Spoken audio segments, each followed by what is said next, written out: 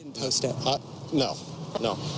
I know what you're referring to. That responsible gun owners should not be afraid of stricter gun laws if they truly believe they are responsible. Right. If you don't have a health issue, nobody's going to take your gun away. So why do you worry about that? I agree with you so strong, and that's what I don't understand, Kurt. Absolutely. What if you had a brain tumor that was making you behave strangely, and you wanted to go shoot people from a clock tower? That happened, right? It did. And we could see that and go, this guy should not have a gun. But if he didn't say, I'm going to do it, I have a plan to do it, or I want to kill myself, we can't do anything. Well, before I get to the point, Charles Whitman, the guy who climbed the clock tower and started firing, how was his fire suppressed? Why? A bunch of Texans went to their trucks, got their own rifles, and suppressed their fire. We could have avoided the whole thing. Let's move on. Here's the real point. We have plenty to be afraid of, because the gun control advocates are, by and large, liars. They do not want to reasonably limit our access to guns. They want to ban guns. They want to confiscate guns. They want to live safer. Yeah, do you want to ban guns?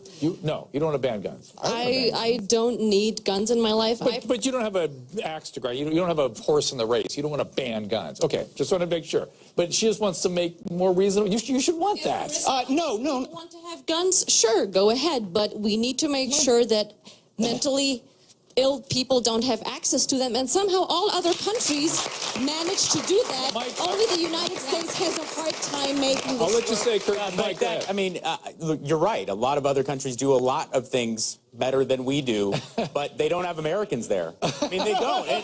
And that may sound like an abrasive joke, but the truth is that, you know, when you take certain countries with certain populations and the way of life, it just doesn't add up. Listen, and we're wacky cowboys out here, and that's an unfortunate reality that we have to legislate for.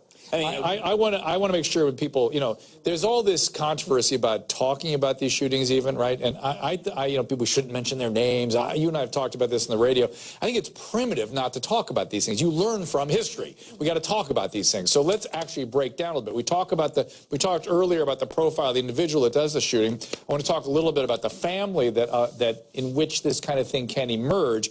Turbulent child-patient relationships, acceptance of pathological behavior, everybody. If you have someone in your family who is behaving in a manner that is problematic, you're helping them by calling the police, calling mental health professionals, whatever it might be. You don't tolerate that, and not able to set limits, and then access to weapons. That's a big one, Dr. Drew. Of course. Why would anyone in a family have guns in their home if they know that one of their children has these issues?